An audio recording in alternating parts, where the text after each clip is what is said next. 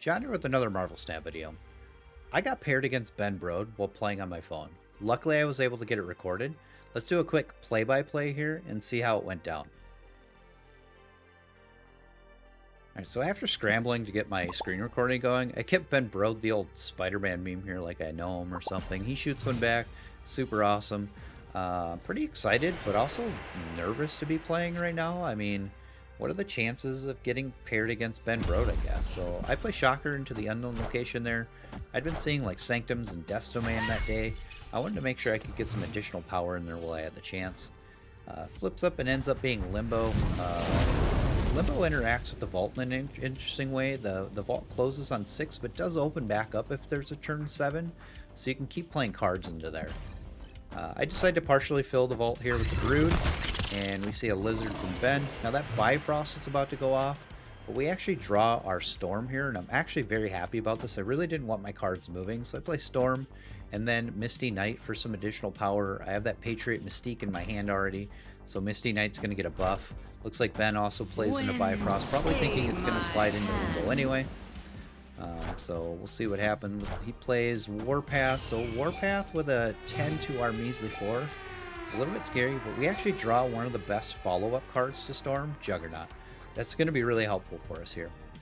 If Ben decides to play into Flooding, our Juggernaut's going to push it out, so that's good for us. And now it has a chance of pushing that card into Limbo, and if that happens, it's going to shut off Warpath's ability, so that's even better for us. So he does end up playing into Flooding there, and it's Red Skull. That's a big card, and our Juggernaut does the right thing here, pushes it into Limbo. So now we're looking really good in the Flooded. The Vault's looking good since we have Silver Surfer in our hand. So turn 6 going to be a pretty standard Patriot Mystique into Mystique, and this is where I decided to snap. And thinking back on this, probably getting paired against Ben Brode is probably as rare as Ego flipping up as a location. So that should just be an immediate snap. So a bit of a fail on my part. I do end up snapping here. I'm hoping Ben stays in. He is ahead on board, so I don't see a reason why he would retreat. But I also don't know what's in his hand. So I'm hoping he stays in. He ends up staying in. And of course he plays our Cosmo. That's going to look great when our Mystique pops up here in a second. And I'm actually going to pause the video just for a second here, because watching this back, I noticed our Mystique is getting a +2.